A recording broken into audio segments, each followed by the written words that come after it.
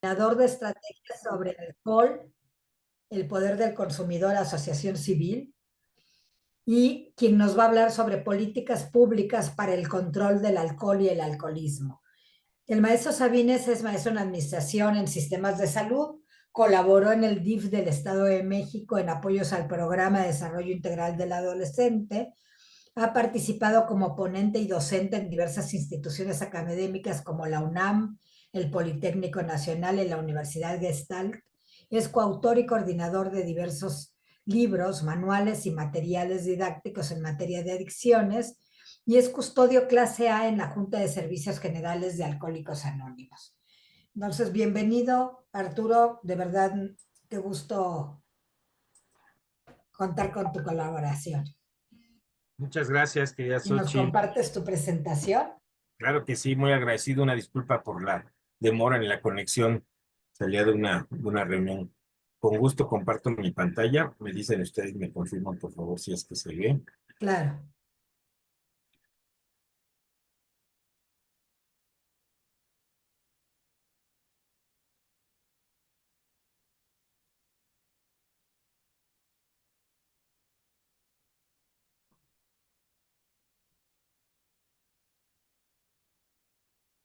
Creo que todavía no.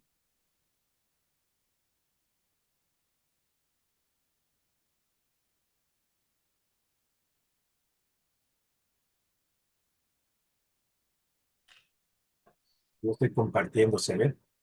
Sí, si lo pones ya en modo de presentación y te escuchamos. Gracias. Dispones de 40 minutos para tu presentación y 20 de preguntas y respuestas porque es una conferencia magistral. Gracias. Últimas gracias. Pues nuevamente encantado siempre de poder colaborar con la maestría, con la Universidad Veracruzana y un gusto siempre poder saludar a mis queridas amigas de la maestría. Miren, cuando tuve la invitación para participar, me propusieron el tema de políticas públicas en México. Quiero que hagamos rápidamente un repaso de qué es el alcohol, cuáles son las características, cuál es el panorama general de consumo a nivel regional, a nivel mundial, a nivel regional en México, y entremos en materia en lo que actualmente se regula y sobre todo lleguemos al final a los retos que representan. Es muchísima información para tratarla en 30, 40 minutos, así que serían los aspectos principales los que abordaremos. De entrada, esto es importante que lo sepan porque cuando hablamos de política pública, esto es elemental. Es decir, ¿qué es el alcohol? A veces partimos de conceptos como asumimos que en esta representación social que tenemos de los conceptos, todos pensamos exactamente lo mismo, pero es fundamental que tengamos claro qué es el alcohol. Aquí, de manera muy genérica, le hablamos al alcohol, a todo aquel producto que es derivado de lo que se conoce como alcohol etílico o etanol de manera popular. Y esto es importante porque hay otro tipo de alcoholes, sí hay otro tipo de alcoholes, particularmente, aquí hay que decirlo, nuestro país tiene una característica, como muchos otros países de la región, pero no en todo el mundo, donde se utiliza, por ejemplo, metanol para producir bebidas alcohólicas adulteradas. Y aunque es un tipo de alcohol, el metanol es extremadamente peligroso para la salud humana. Cuando ustedes escuchan de personas que perdieron la vista por abuso en el consumo de alcohol, muy probablemente fue porque consumieron alcohol adulterado, principalmente aquel que se elabora con metanol. O recordarán ustedes, lamentablemente, cuando la pandemia nos azotó fuertemente en el confinamiento, mucha gente empezó a tener problemas de salud derivados del consumo de alcohol. Se pensaba por esta ingesta abusiva que se dio, pero lamentablemente cuando se empezó a hacer la vigilancia epidemiológica se cayó en cuenta que había mucha gente que al no haber acceso tan fácil a las ventas de alcohol, consumía alcohol adulterado que se produce de manera informal, casera, y que por cuestiones económicas mucha gente emplea metanol en lugar de alcohol etílico. Entonces, cualquier bebida alcohólica en esta denominación genérica que tenemos de alcohol es etanol, es alcohol etílico. Y para nuestro país, y esto es importante toda vez que hablamos de política pública, ¿qué se considera una bebida alcohólica? Todas aquellas que van desde 2 grados y hasta 55 grados en volumen puro de alcohol. Esto es importante que lo tengan presente porque cuando hablemos justamente al final de las políticas, el hecho de que empiece no desde el 0.01% de alcohol, sino que empiece desde el 2% de alcohol, tiene una relevancia importante en materia de política pública. Por supuesto, es una sustancia psicoactiva, es una droga legal, pero es una droga y tiene la propiedad característica de deprimir el sistema nervioso central. Y esto es importante, recordemos que cuando hablamos del efecto que la droga tiene, normalmente hablamos de ese efecto primario inmediato en el organismo. No significa que deprima el estado emocional de la persona, lo que deprime es ese mecanismo de control que representa el sistema nervioso central y como consecuencia, como característica, pues sí vendrán una serie de reducción de controles que tenemos normalmente. Tiene la característica de que puede generar dependencia y al ser una droga legal es altamente disponible, por lo tanto, la ocasión en que se puedan generar mecanismos de recompensa, de asociación, de elicitar la conducta adictiva, son muchísimos en nuestro país. Lamentablemente hoy en día México tiene la mayor cantidad de puntos de venta de alcohol como nunca en su historia, porque hay una enorme accesibilidad al respecto. En el marco normativo, es importante que sepamos cuando hablamos de política pública algo que es un paradigma que la OMS empezó a introducir hace algunos años. En el 2010 se empezó a hablar de la Estrategia Mundial de Reducción de Uso Nocivo y entró este concepto de uso nocivo. ¿Por qué es importante que lo tengamos presente? Porque el concepto de uso nocivo permite hablar de que hay problemas con el alcohol, no solo cuando se consume de manera abusiva, no solo cuando se consume de manera excesiva. Hay problemas en diferentes contextos y nuestro país fue de los primeros países a nivel mundial que adoptó no solo técnicamente el concepto de uso nocivo, sino que lo llevó a la ley, lo llevó al marco jurídico y es en la Ley General de Salud que se establece la definición de lo que es uso nocivo y a qué se refiere. ¿Y qué se refiere cuando hablamos de uso nocivo? Insisto, no solamente a ese consumo excesivo abusivo, se da, por ejemplo, cuando un menor de edad consume alcohol, eso es uso nocivo, porque un menor de edad no debería de consumir la más mínima gota de alcohol y sin embargo lo consume, ese es un uso nocivo. Las mujeres embarazadas, aquí es increíble porque tenemos una enorme cantidad de información en la actualidad del riesgo que corre una mujer cuando está en estado de gestación consumir bebidas alcohólicas, el riesgo para ella y para el producto es enorme. Una de las características más lamentables de este consumo son los trastornos del espectro fetal alcohólico, es decir, puede inclusive haber síndrome fetal alcohólico. Esto se traduce, por ejemplo, en que puede haber malformaciones genéticas en el producto. Muchas de las personas que han padecido lamentablemente tener paladar hendido, labio leporino, eh, agrandamiento de cabeza o de algunas extremidades, muy probablemente su padre en el periodo de gestación o su madre en el periodo perdón, en el encuentro sexual, digamos, en el hombre alcoholizado y la mujer durante la gestación consumía grandes cantidades de alcohol y se da lamentablemente esto como una de las consecuencias, además de daños, por supuesto, cognitivos, intelectuales. Por eso se habla justamente de un uso nocivo, porque aquí no importa si es una sola copa, si son dos o si es abusivo. Desde consumir una sola copa de alcohol estando embarazada, ya se considera un uso nocivo. Por supuesto, las personas que conducen vehículos, que conducen a eh, alguna maquinaria, inclusive algún vehículo automotor, es un uso nocivo, porque no debiera bajo ninguna circunstancia comprometer el desempeño de su ejercicio por el consumo de bebidas alcohólicas. Insisto, no importa si es una o dos, desde ahí consumir una sola copa es uso nocivo.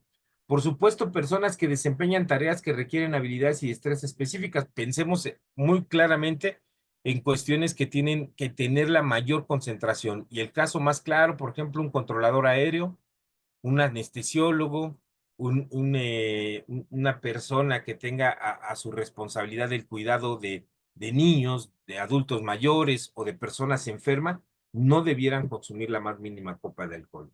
Personas que tengan alguna enfermedad crónica también es un uso nocivo del alcohol. Ya sabemos en términos generales que el consumo de alcohol es un factor de riesgo de enfermedades no transmisibles. Bueno, encima de todo, si ya padeces una enfermedad crónico no transmisible y consumes bebidas alcohólicas, incrementas la probabilidad de tener un tratamiento no exitoso, porque lamentablemente el alcohol puede interrumpir el progreso de los antibióticos, de los antirretrovirales, específicamente con los analgésicos tiene un efecto de riesgo porque puede haber personas que depriman demasiado su actividad nerviosa y eso lleva a consecuencias funestas. Y por supuesto, el consumo excesivo. Entonces, lo que hace la OMS es decir, no todas estas características son conceptos de uso nocivo del alcohol. Es decir, el alcohol no solamente daña cuando se consume de manera abusiva o excesiva, también daña particularmente cuando se consume en estos contextos y en estas circunstancias. En términos generales, ya nos han informado abiertamente de las características que tiene el alcohol como consecuencias a la salud. No me detengo, quiero que hablemos aquí justamente específicamente de los daños. Es muy importante que ustedes sepan que el alcohol cada vez tiene mayor evidencia científica que lo relaciona con enfermedades y trastornos de salud. Más de 200 trastornos de salud plenamente asociados, 31 de ellos plenamente comprobadamente donde el consumo de alcohol es un factor atribuible de riesgo, eh, está presente. Particularmente, la mayoría de la evidencia que se ha ido generando recientemente de los impactos que el alcohol tiene en su consumo van dirigidas sobre todo a la relación con el cáncer específicamente o prioritariamente con el cáncer de boca, con el cáncer de faringe, con el cáncer de garganta e inclusive con el cáncer de laringe. Por supuesto, todo lo que tenga que ver con el hígado, enfermedades hepáticas, cáncer de hígado, por ejemplo, cáncer de estómago, cáncer colorectal, gastritis y úlceras gástricas, son muy características. Aquí, por supuesto, como en toda la relación de los factores de riesgo de las enfermedades no transmisibles, es muy claro que si se conjugan factores de riesgo, se incrementa este potencial de riesgo. ¿Y a qué me refiero particularmente? Las personas que fuman y beben alcohol incrementan, duplican ese riesgo de la carga relativa al factor de riesgo para desarrollar lamentablemente algún cáncer. Entonces, acaba de ser publicado el Código Latinoamericano y del Caribe para cáncer, y ahí viene todo un capítulo asociado justamente a esta relación entre alcohol y tabaco como detonadores o factores de riesgo precipitantes o desencadenantes de este tipo de enfermedades. Sin embargo, hay muchas otras cuestiones en que el alcohol también se relaciona. Hay temas que, por ejemplo, cuando fue la pandemia por COVID salió justo una relación de factor de riesgo. Mucha gente se sorprendió, pero resulta que ya había bastante evidencia al respecto de la relación, por ejemplo, entre el consumo de alcohol y la influenza, es decir, cómo deprime la actividad del sistema inmunitario y entonces en consecuencia somos más vulnerables a este tipo de enfermedades infectorrespiratorias. La realidad es que el consumo de alcohol se ha normalizado tremendamente en nuestro país, pero no solamente el consumo de alcohol se ha normalizado también y muy lamentablemente las consecuencias que el consumo de alcohol tiene. Y esto es verdaderamente preocupante porque el hecho de que nosotros veamos como cotidiano el que se abuse de bebidas alcohólicas, que nos molesten ciertas restricciones al respecto, habla de cómo hemos normalizado eso y cómo no subjetivizamos y incluso soslayamos el impacto que el consumo de alcohol tiene. Aquí hay que decirlo con toda la claridad, el alcohol contribuye de manera significativa al deterioro del tejido social. Eso que no le quepa la menor duda a nadie. De hecho, cuando se evalúan las drogas una por el impacto que tienen a nivel de la salud individual, a nivel de la salud social, a nivel de las afectaciones en regulaciones en materia de salud pública, el alcohol aparece como la droga que mayor carga genera en todos los aspectos, porque no solo hay una carga global de enfermedad asociada, sino también de condiciones consecuentes del abuso o de ese patrón de consumo excesivo del alcohol, como puede ser lo más característico, la violencia, no solo la violencia de pareja, la violencia doméstica, la violencia estructural. Nosotros, en donde trabajo actualmente, que es la Red de Acción sobre Alcohol, hemos denunciado en todo este año los actos de violencia que se dan en espacios deportivos como los estadios, en recintos grandes, asociados principalmente al consumo del alcohol.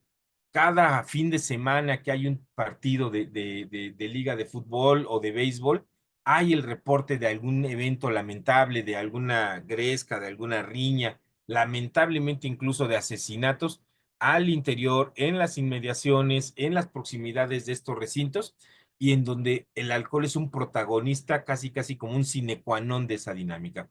Sabemos perfectamente que la violencia va a existir con o sin alcohol, pero es claro que la evidencia es contundente a que el alcohol es un detonante de la violencia y que lo desencadena. Bueno, pues ese efecto también se dimensiona y se mide, y por eso sabrá que es la droga que tiene mayores efectos en términos sociales como consecuencia. Es el principal factor de riesgo de muerte para hombres de 15 a 49 años, pero también es uno de los 5 principales factores de riesgo de enfermedades no transmisibles, es decir, junto con el tabaquismo, junto con la vida sedentaria, junto con la contaminación ambiental y junto con la mala alimentación, es uno de los principales factores de riesgos asociados. ¿Cuáles son esas principales consecuencias que tiene el consumo de alcohol plenamente identificadas por la Organización Panamericana de la Salud? Por supuesto, todos los trastornos por consumo de alcohol, eso se refiere al el espectro general que en la clasificación internacional de enfermedades, en el CIE-10 y 11, se tienen relacionadas con el consumo de alcohol. Hablamos de hepatitis alcohólica, hablamos de cirrosis alcohólica, hablamos, por supuesto, de cuestiones como el cáncer de alcohol, de estómago asociado al consumo del alcohol. Ahí es responsable de todos estos trastornos por consumo de alcohol. Por supuesto, la dependencia alcohólica dentro de ellos. Pero también tiene una tasa de incidencia alta, por ejemplo, en suicidios, en la violencia interpersonal, en las lesiones de tránsito y en la epilepsia. Y este dato es importante porque mucha gente desconoce que personas que de nacimiento nunca tuvieron un problema asociado a tener cuestiones de epilepsia, lo desarrollan en la vida adulta, y la mayor parte de ellos que suele suceder, que suele pasar, es justo porque tuvieron un incremento del consumo de bebida alcohólica que los llevó a tener algún tipo de accidente, ya sea vehicular, ya sea una caída, y que lamentablemente se detona este tipo de situaciones de epilepsia. Y por supuesto, a nivel genérico en materia de salud, lo que decíamos, la relación fuerte que tiene con el cáncer, sobre todo cáncer de mama. Ojo con el cáncer colorectal, particularmente los hombres, porque se está convirtiendo la principal causa de muerte por cáncer a nivel de la región, específicamente en hombres, y mucho tiene que ver con los factores de riesgo, el consumo de alcohol asociado a esto. Es un cáncer silencioso, es un cáncer que no te da señales inmediatas, hay que estar haciendo chequeos constantemente a partir de los 40 años, y a partir de los 50 años sí o sí tiene que estarse haciendo un chequeo permanente, un antígeno prostático, un antígeno colorectal, para poder descartar el riesgo del desarrollo de alguna neoplasia asociada. Por supuesto, el tema de cáncer de boca, de pancreatitis, de tuberculosis, todo esto que ya hemos venido mencionando, por las características que tiene de ser un depresor del sistema nervioso central, por las características de intoxicar rápidamente el torrente sanguíneo, por contribuir a la baja oxigenación toda vez que se intoxica la sangre, tiene un efecto fuerte en el ser humano, en su salud individual, y particularmente plenamente acreditados estos porcentajes donde tiene un factor de atribución a estas enfermedades.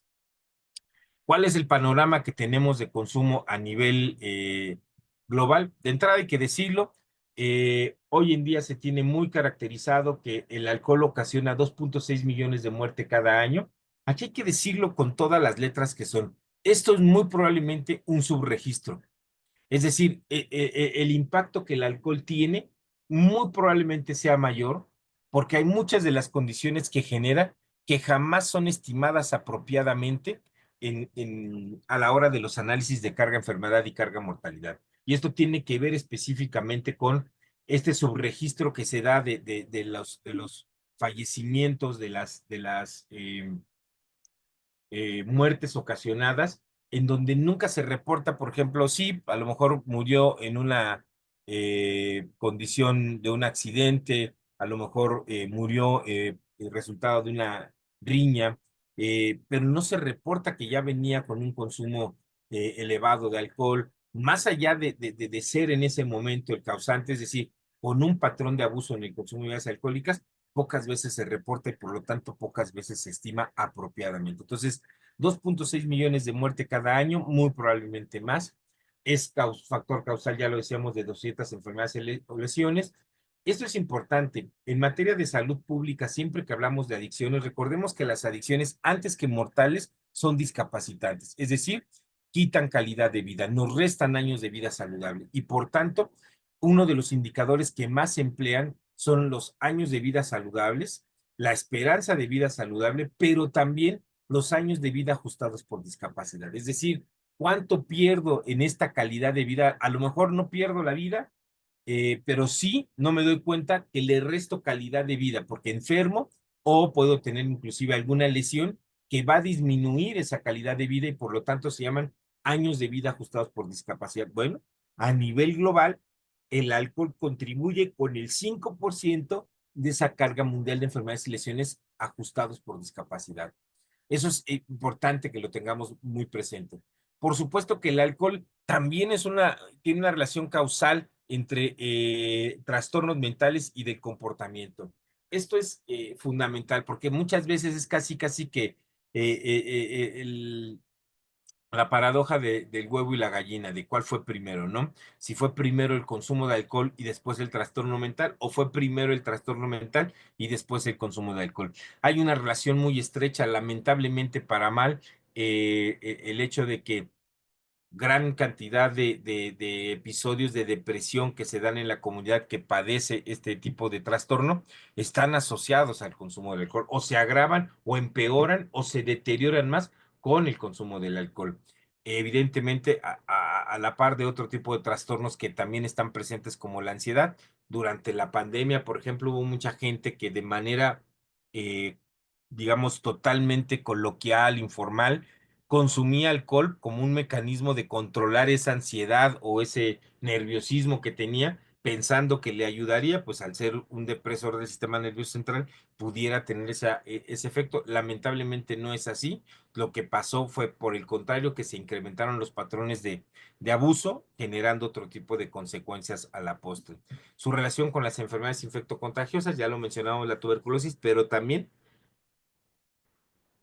con enfermedades de tipo virales serias como el VIH, ¿no? Es decir, ya hablamos de esta propiedad que tiene de disminuir la acción del sistema inmunitario. En la región de las Américas, hay que decimos, somos la segunda región a nivel global que tiene uno de los patrones más altos de consumo. Hay que decirlo que es aproximadamente un 40% mayor que el promedio mundial. Hay un tema muy importante en nuestra región que tiene que ver con la altísima disponibilidad de alcohol, a diferencia de lo que ocurre con otras regiones del mundo. En México, en América Latina, es extremadamente fácil conseguir alcohol. Este año, por ejemplo, levantamos una encuesta Reset en donde una de las preguntas que se le hacía a la población es ¿qué tan fácil consideras que es adquirir alcohol? Y más del 60% decía que en nuestro país es no solo muy accesible, muy barato, sino inclusive muy económico adquirir alcohol en nuestro país. Y cuando lo contrastas contra otros países, te das cuenta que sí, hay cervezas que son en promociones, sobre todo en fines de semana. Ya viene el famoso Buen Fin. Bueno, ya la van a ver ustedes a los grandes almacenes volcarse completamente en promociones al respecto de bebidas alcohólicas. Entonces termina siendo considerablemente menor el costo de venta de bebidas alcohólicas, pero inclusive en pueblos, en rancherías, el alcohol es muy barato. Justamente en Veracruz a mí me tocó ver licor de caña en 10 pesos una botella de medio litro, que es extremadamente económica. Es decir, una persona que tenga problemas de dependencia de alcohol simplemente tiene que inclusive hacerla de viene bien, puede inclusive limosnear, mendigar el dinero, puede inclusive pedir prestado y rápidamente tiene para su dosis cotidiana. Es decir, es extremadamente barato el alcohol en nuestro país. Por supuesto que los efectos que el alcohol tenga en el organismo, pues van a tener que ver con una serie de condiciones como es específicamente el género, es decir, fisiológicamente no reaccionamos de la misma manera hombres y mujeres. Por ejemplo, las mujeres tienden a tener mayor grasa en el cuerpo, a tener menos agua en el cuerpo y por lo tanto a tener mayor tiempo la concentración, la intoxicación de alcohol en la sangre. Por eso suele ser que alcancen un estado de ebriedad mucho más rápido que los hombres. Pero hay un dato importante que Todo esto juega un rol que es específicamente una enzima que tenemos para metabolizar el alcohol, que es la enzima alcoholo deshidrogenasa, en donde algunos estudios han demostrado que existe una mayor proporción de esta enzima en los hombres que en las mujeres, lo que hace que tarde más la metabolización en la mujer que en el hombre. Por supuesto, si cuando consumiste alcohol no habías consumido alimentos, el estado emocional con el que te encuentres, por supuesto que van a ser factores decisivos a la hora del efecto que tengan. Hay personas que dicen, oye, es que yo ya había tomado anteriormente, pero nunca me había puesto así y ahora, no sé, digo, no había comido, estaba muy alterado y de repente bebí y, bueno, pues tiene que ver, todos estos factores juegan para saber cómo se da ese efecto. Es decir, entre más tiempo permanezca el alcohol en sangre, más tiempo está intoxicada la persona. Hay que decir un dato importante aquí. Un hombre promedio, a razón de estatura y rango de peso promedio, es decir, ni muy bajo de estatura, ni muy alto de estatura, ni con sobrepeso, un hombre promedio tiene la capacidad de metabolizar a razón de una copa estándar, que así se le llama, eh, una hora en el hígado. Es decir, tardamos en metabolizar, en desdoblar esa bebida aproximadamente una hora. Entonces, una persona promedio, si el hombre es más bajo de estatura, tiene mayor grasa, la metabolización será, por supuesto, mucho menos efectiva de una hora, será mucho más lenta y, por tanto, habrá más tiempo de intoxicación en el cuerpo. Importante cómo se estima el alcohol, las cantidades, la frecuencia y la intensidad son elementos clave para poder hablar de un indicador que, aunque no es el ideal, aunque no es el indicador más sensible para medir eh, temas como el abuso de alcohol en un país, sin embargo, es el que más se aproxima con las herramientas que se tiene, que es el consumo per cápita, ¿no? Este consumo por persona, bueno, tendrá que ver mucho en función de esto, cantidad, frecuencia e intensidad. ¿Cómo se da esa medición? Bueno, pues en términos generales vamos a dividir la cantidad de alcohol consumida por la población entre la población, es decir, vamos a ver todo el alcohol que se vendió durante un periodo determinado y lo vamos a dividir entre la cantidad de personas y entonces se reparte. Habrá gente que diga, yo soy abstemio completamente, bueno, sí, y por eso se divide entre todos para poder estimar ese consumo per cápita. No es el mejor indicador en materia de consumo de sustancias, no lo es, pero ante la escasez de resultados o de fuentes suele ser el que más se emplea y se utiliza. Y aquí tenemos un ejemplo de cómo estamos en la región de las Américas. Por supuesto que México le hacen falta una medición mucho más actual del consumo de alcohol. La última encuesta nacional de consumo de drogas y alcohol fue en el 2016-2017 y por tanto necesitamos datos más actuales para que nos ubiquen. Pero asumiendo ese último dato como referente, 2018 por ahí, digamos, con Ensanud todavía tenemos datos 2022. México tiene un consumo per cápita promedio de 5.2 litros por persona, es decir, esa es la estimación, 0.02 litros por persona, es decir, esa es la estimación que en el 2019 se hizo. Esto es importante porque México no se caracteriza por tener un consumo diario de alcohol como sí ocurre en otros países del mundo, particularmente de Europa, pero sí empezamos a tener patrones preocupantes de consumo excesivo. Es decir, el mexicano no consume diario, pero cuando consume lo hace de manera excesiva, particularmente el fin de semana, y pues normalizamos cosas como el famoso jueves, el sabadrín, ¿no? El viernes. Cuando lo vemos repartido por zona, pues México entre los países de América del Norte pues tiene un mucho menor consumo per cápita. Sin embargo, tengamos presente y recordemos siempre que somos el principal exportador de cerveza a nivel mundial. Somos el principal exportador, muy de lejos del segundo lugar, que es Países Bajos.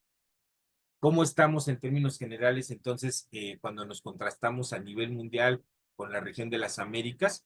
Pues México está, en el caso del hombre, muy en el estándar promedio, es decir, tenemos un consumo muy similar a lo que es la media global y a la media regional.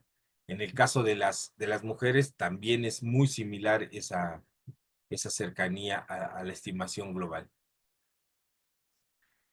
Bueno, no me detengo en esto para que nos alcance el tiempo. y llegamos directo a esto. En el 2010 se crea la Estrategia Mundial de Reducción de Uso Nocivo del Alcohol, en donde se establecieron 10 esferas para poder hablar específicamente de las medidas que los países tienen que tomar al respecto. Hablamos principalmente de cuestiones que tienen que ver con publicidad, específicamente con políticas de precios, algo que es fundamental y por eso está al centro de todo, que es la disponibilidad de alcohol, por supuesto la vigilancia sanitaria, el tema de la conducción de vehículos asociado al consumo de alcohol, la respuesta comunitaria, la prevención, la atención, la sensibilización, son esferas que en términos generales cualquier país debería de adoptar. Años más tarde, en el 2018, se crea SAFER. SAFER es un paquete que tiene 5 de las medidas más costo efectivas. Esto es, la número 1 tiene que ver con fortalecer las restricciones en materia de disponibilidad. Ya les decía yo hoy que lamentablemente en la historia moderna de nuestro país, nunca en todos los últimos años habíamos tenido como hoy lo tenemos la mayor cantidad de puntos de venta de alcohol. ¿Y eso qué se traduce? Pues en una altísima disponibilidad. Y cuando hay una altísima disponibilidad, ¿qué se da? Normalmente se da el consumo abusivo de alcohol con todas las consecuencias que ya hemos venido comentando. Hay, por supuesto, una medida que tiene que ver con la conducción de vehículos, una medida que tiene que ver con la parte clínica, es decir, facilitar el acceso a tamizajes, hacer intervenciones breves y brindar tratamiento. Hay también otra medida que es justamente la prohibición o la restricción de alto nivel para acciones de publicidad, patrocinio y promoción.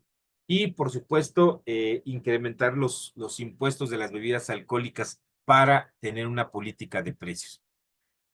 Años más tarde, en el 2022, se crea lo que se conoce como el Plan de Acción sobre Alcohol 2022-2030. Esta es la política global que se debe de tener en cuenta. Vean ustedes las principales metas que se establecen. La 1.1 es lograr para el 2030 una reducción relativa de al menos el 20% del uso nocivo del alcohol, es decir, que la población reduzca en ese sentido la cantidad de gente que tiene patrones de consumo nocivo de alcohol. Y esta es importante. Vean ustedes, por ejemplo, la meta 2.1. Lograr para el 2030 que el 75% de los países haya elaborado y promulgado políticas nacionales escritas relativas al alcohol. No tenemos una política nacional de control de alcohol. Tenemos una ley que tiene ciertas medidas, pero no tenemos una política nacional de alcohol. Urge una política nacional al respecto en donde se pueda. Y entonces, si entramos a eso, si empezamos a elaborar, a trabajar, por lo menos contribuiremos a esa meta mundial 2.1, porque de momento no cumplimos a esa como no cumplimos a otras metas, pero esencialmente tiene que haber sí o sí a la postre una política nacional relativa a la alta disponibilidad de alcohol. Y bueno, en general, las acciones desde movilización comunitaria, creación de conocimiento, el intercambio, sobre todo de experiencias técnicas, también es muy importante. ¿Y cómo estamos a nivel nacional? Se identifican cuando menos, al menos, un marco jurídico muy pulverizado, muy pulverizado. Por eso hablamos mucho de la necesidad de una política nacional, porque hay que concentrar, establecer un estándar dorado para que de ahí emanen las políticas locales, pero no surge en términos generales hacerlo. Vean ustedes cómo se pulveriza, es decir, si entramos a nivel estatal, hay cerca de 877 leyes, reglamentos y normas que regulan el control de las bebidas alcohólicas. Eso sin meternos siquiera a los bandos municipales, ¿no? Directamente en temas estatales es lo que tenemos. Y lo que vemos con mucha preocupación es que estas normas están sujetas a la personalidad jurídica de los estados, en donde en muchas ocasiones lo que privilegia no es el derecho a la salud, no es la protección de niñas y niños y adolescentes de menores de edad, sino los bienes comerciales. Y eso es característico. Vean ustedes, por ejemplo, cuánto te cuesta una licencia comercial, por ejemplo, en el estado de Chiapas y cuánto te puede costar en el estado de Sonora. Es decir, hay una disparidad enorme, se presta y se favorece mucho a actos de corrupción porque evidentemente nos ha tocado conocer localidades donde una de las marcas, un grupo de marcas de alcohol, le cierran el paso a la empresa competidora, ¿no? En nuestro país lo que más se consume es de bebidas alcohólicas es cerveza Y lo vemos plenamente traducido cuando revisas el marco jurídico, la cerveza tiene sí o sí un trato preferencial, paga menos impuestos, no tiene casi restricciones en materia de publicidad e incluso en materia del etiquetado de advertencia es mucho más relajado el tema para la cerveza que para el resto de las bebidas alcohólicas. Necesitamos fortalecer este sistema nacional. Ya está dicho inclusive en el artículo cuarto, toda persona tiene derecho a la protección de la salud y ahí es donde estamos todos nosotros eh, comprometidos para alcanzar, hacer que esa persona alcance ese grado máximo de salud. Hay toda una red de instituciones, pero es importante entender que este es un juego de todos y que hay una necesidad enorme de que generemos una sensibilización en la población para que no se normalice el consumo de alcohol y mucho menos el abuso. Para concluir, ¿qué requerimos en términos generales para fortalecer? Bueno, ya vieron ustedes, hay una meta que compromete a los países, dentro de ellos México, a tener un fortalecimiento en materia de política nacional. Nos surge una ley específica de control de bebidas alcohólicas. Si tabaco tiene su ley general de control de alcohol, de control del tabaco, perdón, ¿por qué el alcohol no puede tener su propia ley general de control de bebidas alcohólicas? Urge. Y esta ley debe de contener, entre otras cosas, reglamentaciones en materia de la alta disponibilidad que hay en nuestro país, restricciones en materia de publicidad, promoción y patrocinio. Acaba de ser la Fórmula 1 en nuestro país y la industria alcoholera también hace fiesta al respecto de todo el patrocinio que consigue alrededor, directa o indirectamente.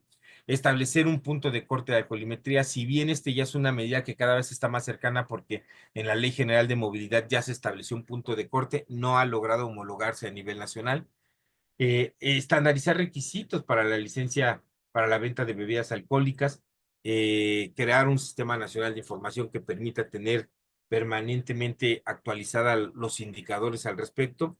Por supuesto, regulación de productores e importadores, modernización del esquema tributario, esto es fundamental. Una de las medidas más costo efectivas en todos los factores de riesgo de enfermedades no transmisibles siempre es los impuestos a productos, impuestos especiales a productos no saludables, como es el caso del alcohol. Y en materia de prevención, tratamiento, se tiene que hacer todo lo correspondiente, por supuesto, detección y consejo breve, prevención de nuevas prácticas de riesgo y en general hacer investigaciones sobre los costos que tiene el impacto financiero que el alcohol tiene, porque a veces al tomador de decisión solo le puedes llegar cuando le enseñas lo que verdaderamente está costando, el impacto que tiene. Hacer, si es posible, eventualmente una estimación del tamaño del mercado informal. No tenemos una medición oficial, todas las mediciones que hay las hace la industria y bueno, la industria siempre se va a poner en el papel de víctima. Creo que es en cuanto a la presentación y estoy abierto, por supuesto, a las preguntas y comentarios al respecto. Muchas gracias por tu excelente exposición. Siempre es un gusto tenerte aquí con nosotras. Vamos a ver si hay alguna pregunta o comentario por parte de la audiencia.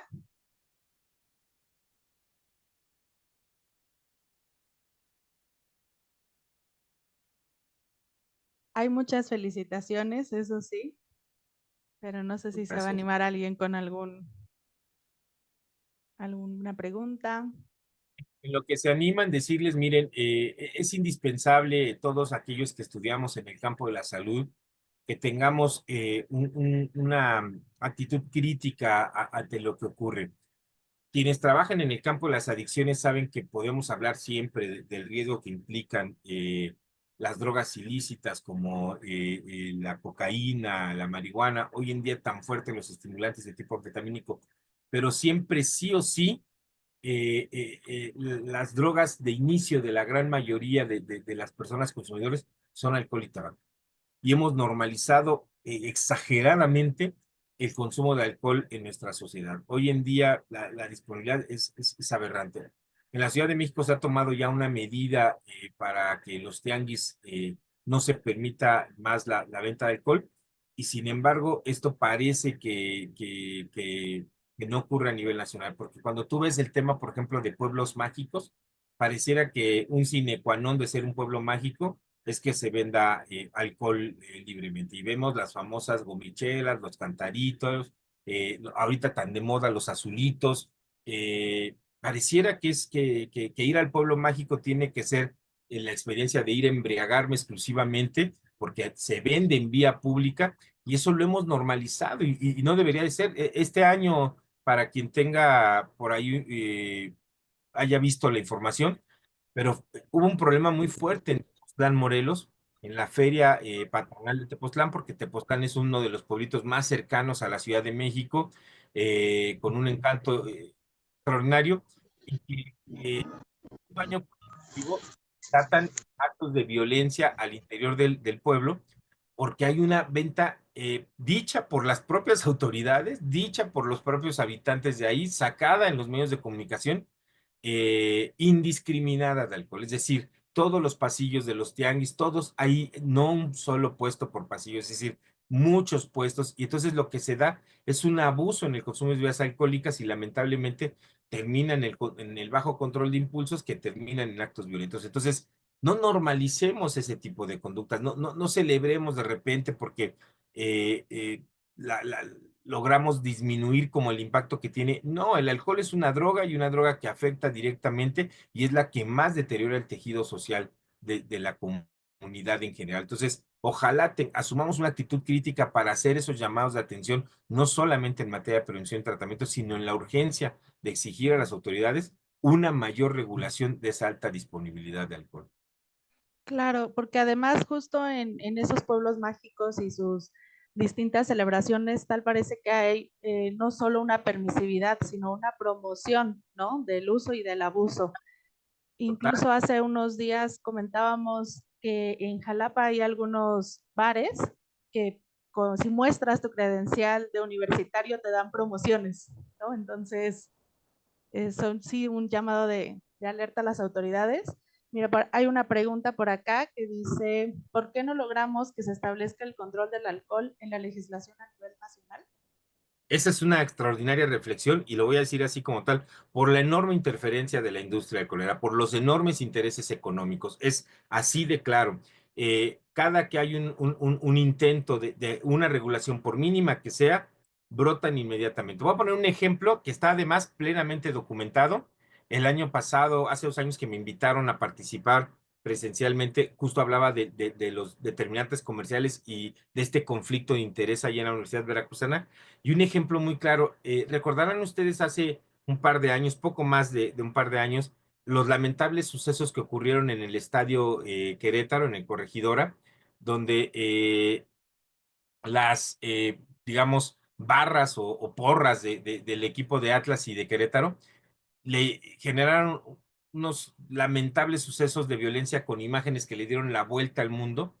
Y ante eso, la presidenta de la Comisión de Salud, la senadora Lilia Margarita Valdés, atrajo el tema y dicho por ella, comentado por ella en foros en los que hemos compartido, eh, y está además documentado en los periódicos, ella lanzó una iniciativa para regular la venta de alcohol en los estadios.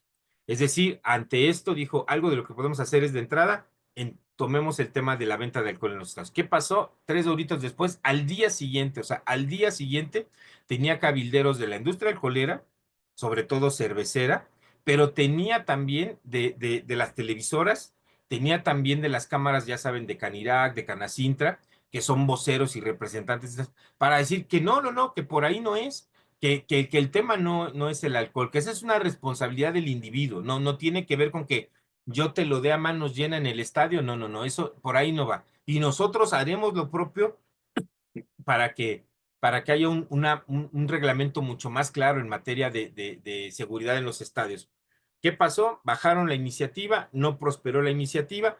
Ustedes cualquiera lo puede hacer, puede entrar a la página de la FEMEXUR y bajar su reglamento en materia de seguridad. Una mención solo dice en materia de alcohol, y es que cuando se haga un partido en el estadio que sea, se invita a las autoridades que las tiendas circundantes no vendan alcohol, porque entonces se van a suscitar hechos de violencia. Es decir, todavía es tan descarado el tema, es decir, ustedes no vendan, lo vendemos nosotros, sí, aquí nosotros tomamos las medidas de seguridad, pero afuera no vendan porque se va a desatar la violencia. Es decir, es un sinsentido, de verdad es un sinsentido. Entonces, ¿qué tiene que ver? Pues tiene que ver totalmente con el tema de intereses comerciales muy poderosos que automáticamente brincan al respecto, ¿no? Entonces, ¿qué nos surge? Pues nos surge sí una acciones de sensibilización. Nosotros aquí en sociedad civil le llamamos hay que sonar la campana, hay que sonar la alarma, hay un problema y es un problema real. Algo que nosotros no lo traje a la mesa, pero para que ustedes lo sepan, que estamos impulsando muy fuerte ahorita es la relación entre la violencia, sobre todo la violencia hacia la mujer y la violencia doméstica asociada al consumo de drogas. Si ustedes escucharan los testimonios de compañeras de Alanón, de Alatín, de tener un familiar alcohólico, lo que, bueno, lo acabamos de ver inclusive con las lamentables imágenes de Melanie y el agresor, bueno, el agresor, todas las notas indican que estaba alcoholizado. No lo justifican en lo absoluto, ¿no? Pero hablamos de esto como un detonante que está, ¿y cómo se relaciona esto? Pues con la altísima disponibilidad. Conseguir alcohol hoy es tan fácil como levantar tu celular y pedir que te lo lleven a tu casa. O sea, eso es donde tenemos, y yo pediría una actitud crítica hacia las autoridades, es decir, nos surge una política nacional que de entrada reduzca esa altísima disponibilidad que tenemos de alcohol, porque hoy en día es más fácil que nunca conseguir alcohol en nuestro país. Sí, también tenemos aquí otra pregunta que dice, pero si hay control no caeremos en lo mismo de la época de la prohibición, dándole al crimen organizado una nueva área de negocio. También nos comentan, es una incongruencia entre las campañas del sector salud para el cuidado en el consumo y los mismos permisos que el gobierno establece a favor del consumo. Realmente discusiones como estas serán necesarias para visibilizar. Muchas gracias. Y Sí, un ojo que comentario más. no es, no es prohibición, ¿eh? O sea, la palabra clave aquí es regulación. No hablamos de prohibición, sino de restricción. Un ejemplo muy claro, en los estadios no estamos pidiendo que se prohíba la venta de alcohol, pero sí estamos pidiendo restricciones. Una cosa que puede hacer una enorme diferencia es, en nuestro país, tú vas a un estadio, ya sea de béisbol, de fútbol, y la venta de alcohol es en las gradas directamente. O sea, va el señor cargando su canasta, va el señor con su hielera, va ahí y tú mismo la puedes comprar. En la gran mayoría de los países eso no ocurre. ¿Por qué? Porque lo que hacen es que la venta de alcohol es en otro punto que implica, por supuesto, que te tengas que desplazar, que tengas que perderte el evento al que estás presenciando y, por supuesto, se reduce, cuando menos significativamente, ese patrón de consumo. Es decir, en lugar de ser abusivo, pues ya llega a ser un consumo menos riesgoso. Es decir, no es la prohibición, es la regulación. Gracias. También tenían la mano alzada Vero y Alma. No sé si todavía tengan preguntas.